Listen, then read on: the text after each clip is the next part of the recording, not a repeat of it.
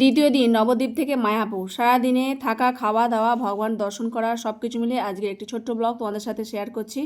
রাধে রাধে বন্ধুরা, কেমন আছো সবাই? আশা করি সবাই ভালো আছো, সুস্থ আছো। সকালে থেকে যে ব্লগটা শুরু করছি, এই যে নবদ্বীপে আমরা যে রুমটায় ছিলাম সেটাকে এখন ছেড়ে দিচ্ছি।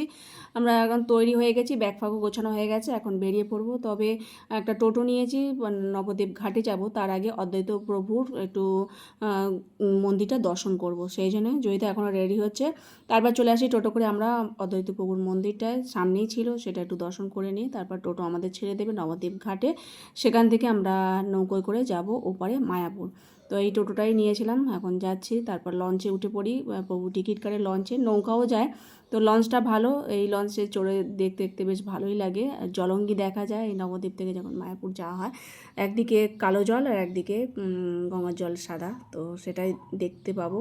বেশ ভালো লাগছে। সকালবেলাটা এখন কুয়াশা এখানে, তো কুয়াশায় বেশ ভালো লাগছে। বেশি ভিড়ও নেই, হাওয়াতে জব করতে করতে যাচ্ছিলাম। তারপরে চলে যাই ঘাটে, মায়াপুরে। তো সেখান থেকে আবার টোটো করে মায়াপুর চলে আসি। তো সবার প্রথমে এখন রুম বুকিং করাই নেই আমাদের, হঠাৎ করেই চলে এসেছি, প্রোগ্রাম করা ছিল না।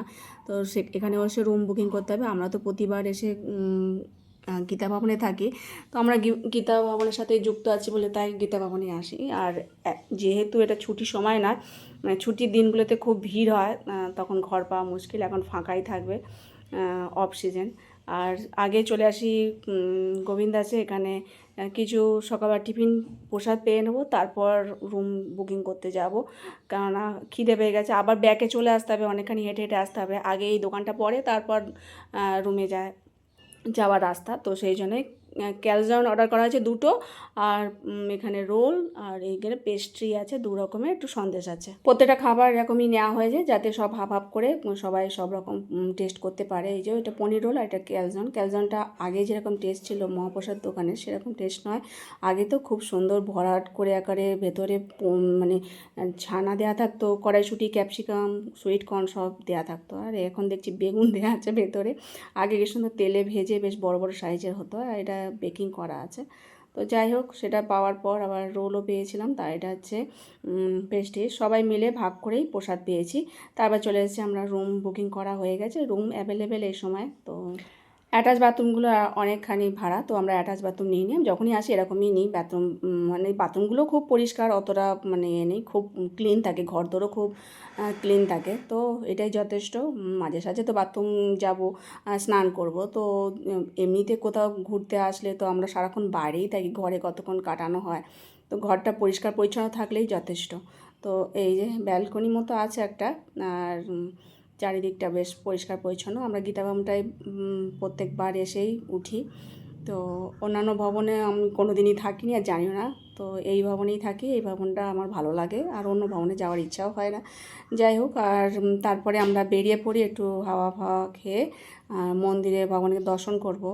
কেননা 12:30টার সময় ভগবানকে ভোগ নিবেদন করার পর আবার রেস্টে দিয়ে দেবে, তখন আর দর্শন করতে পারবো না।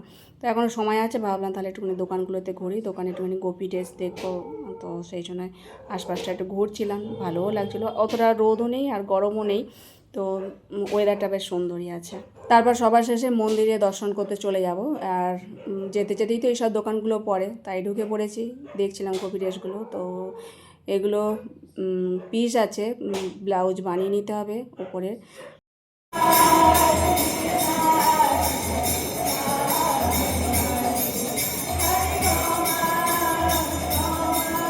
তারপর ভগবানকে দর্শন করে নিয়েছি, আর কিনে নিয়েছিলাম একটা গোপী সায়া নিয়েছি, আর তেমন কিছু নিয়ে নিই। আর যাই হোক, এখানে এই দোকানটায় ঢুকেছিলাম, এই গোবিন্দাসের সামনেই এই দোকানটা। আর এখানে একাদশীর সমস্ত জিনিসপত্র পাওয়া যায়।